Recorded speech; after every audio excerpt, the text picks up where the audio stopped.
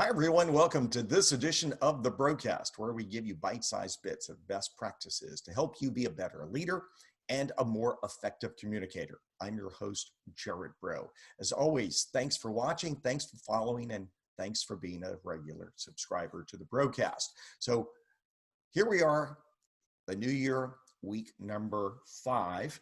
And this year, we are focusing on helping you achieve not resolutions that get stopped and started and then fail, but to achieve consistency, continuity, and effective crisis communications. And to do so, we've been discussing this week, this month and this year, the 5 steps to effective crisis communications. We've already talked about vulnerability assessments, how to write a crisis communications plan, and how to create a library of pre-written news releases. You can look back in past weeks, past blogs, and past videos in order to catch up if you're just joining us for the first time. But if you've been following along, here we are. Step 4 of effective crisis communications is media training. Let's look at media training from a different set of lenses. Here's the first question for you. When you do media training, is your trainer training for mobile media? Have you thought of that? Or are you still doing old style media training the way it was done 5, 10, 15, 20, 40 years ago?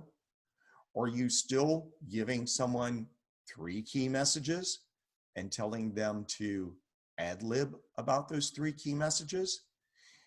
If you're not training for mobile, and if you're still training with ad-lib key messages, you have set yourself up for failure.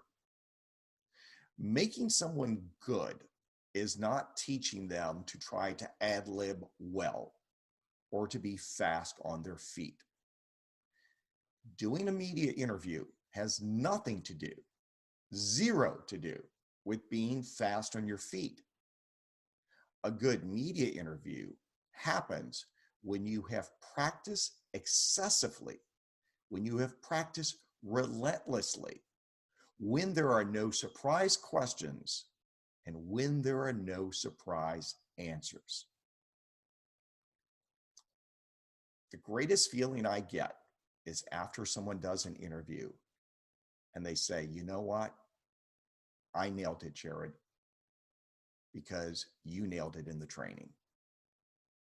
In this day and age, more and more Americans and really folks around the world, but I only have statistics for the United States from Pew Research, but more and more people are getting their news from their mobile device. And when they look at their mobile device, what they see is a headline and a first paragraph and a photograph. If you can control what the reporter writes for their lead, someone else will read that lead within the web presence, the website, the newsroom, and someone else writes the clever headline.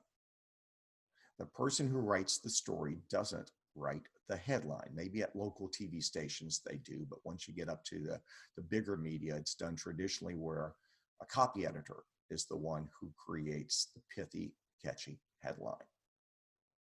So in media training, what you need to focus on is what will be the first words that come out of your spokesperson's mouth. I call it a preamble. If you're not using preambles for good news, you're missing out.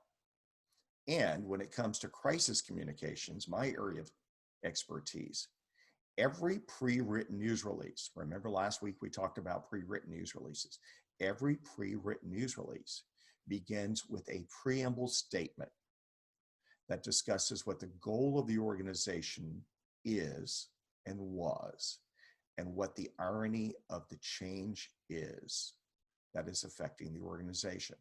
It discusses the organization's noble purpose, and then it discusses the organization's change of the day, and then it communicates empathy and facts. When you do this, you will control the reporter's lead. When you do this, the reporter will hear great sentences. They'll perk up. They'll write it down. They will plagiarize it and they will use it in the story. If they use it in the story, then it gets used in the headline. And you are now manipulating the outcome of how a story is edited. So many people want to just throw up their hands and say, we can't control what they write. And I always go, that is such bull. If you try hard enough, if you prepare hard enough, and you practice hard enough, you can control how the story is written. The next component you have to control is quotes. Quotes must be written and practiced in advance. Quotes must not be memorized, they must be internalized. And if they're great quotes and great preambles that you've written, a reporter will respect the great language, but also the people who are spokespeople, the executives, have the ability to use this language on a daily basis within the organization. And that is a great pathway to internalize it. Now, when it comes to crisis communications, what I specialize in, when I do media training, I actually teach spokespeople not only the techniques I just described to you, but I embed all of those techniques in pre-written news releases so that the spokesperson is reading from a script. So now you must also train people to be able to read a statement and look up at the audience, look up at the media audience in order for that statement to be communicated effectively, so that empathy is conveyed, so that contrition happens on an appropriate level.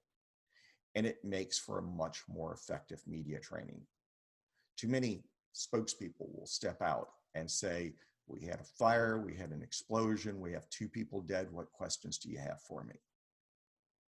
And they open themselves up to ad-lib questions, ad-lib answers. Those pre-written news releases I talked about last week, know what I do with all of those? I look back on my first career, my first 15 years of a professional career was spent as a reporter. So I know every question that I would ask during a news conference. And in a pre-written statement, I proactively answer those questions, which means that when your spokesperson is reading from one of the pre-written news releases, they should be proactively answering most questions a reporter will ask. And if they proactively answer them, there will be fewer questions at the end of reading the statement, fewer ad libs, and fewer opportunities to make mistakes, to say those silly, costly things that live on in infamy, especially in a social media world. Media training is designed to allow people to mess up in private. We want to put them on camera 2 to 3 times during the training. We want to play it back. The trainer's goal is not to be nice, but to be thorough.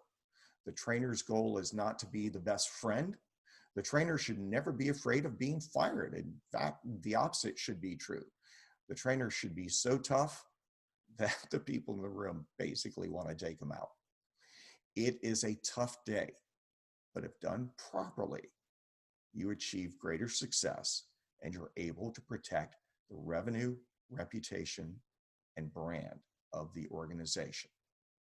Now, if you're reading from a script, the only questions you're really going to get asked are about speculation. So you need to make sure that those pre-written news releases have deflective sentences. I call them non-speculative answers to speculative questions. Write that one down. Non-speculative answers to speculative questions. It's the who and the why. And they have to be prepared to say, it would be inappropriate for us to speculate. We will wait for an investigation to tell us what happened, how it happened, and how we can keep it from happening again. Having that phrase in your pocket is very effective. And it's also one of the phrases that often gets quoted and put into a news story. Lawyers do not want spokespeople to speculate. And that's often why lawyers say the organization can't say anything. Prove to your legal team that your spokespeople are well trained and that they understand not to speculate. So that is my tip for you today. Media training is not something that you do once in a lifetime. It's something that you have to do every year to build up the strength. Think of it like weight training. When you go to the gym to work out, you work muscles to the point of failure. And when you work muscles to the point of failure, those muscles grow. They recover from the pain, and the next time you go to work out, you're stronger than ever. Media training is the same way. Work to failure, then make the next class a little harder to grow those spokespeople. And before every interview, make sure you spend at least several hours preparing for the interview. An interview that goes bad can damage your revenue, reputation, and brand. An interview is worth a lot of money. If something's worth a lot of money in your company, then spend a lot of time preparing for it. Look, when a contract's about to be written, a lot of people get involved in the contract because it affects revenue.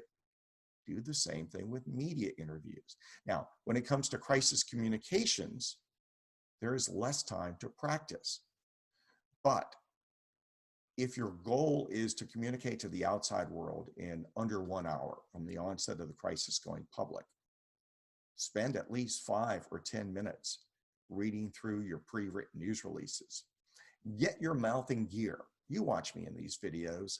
There are times when I stumble. There are times when cotton mouth gets in the way. Every one of these is an ad-lib video. There is no script here. Practicing, which I do several times before I record, is the key to getting it right. So in a crisis, practicing with a colleague, recording it on your cell phone is a very effective way for the spokesperson, see, I just did it there, to get the spokesperson to get their head in gear so that what comes out here matches what they're thinking here, which matches what they're reading here. I hope you have no crises this year, but if a crisis does arise, I hope you have the tools to effectively communicate, to protect the revenue, reputation, and brand of your organization. For the broadcast, I'm Gerard Braud.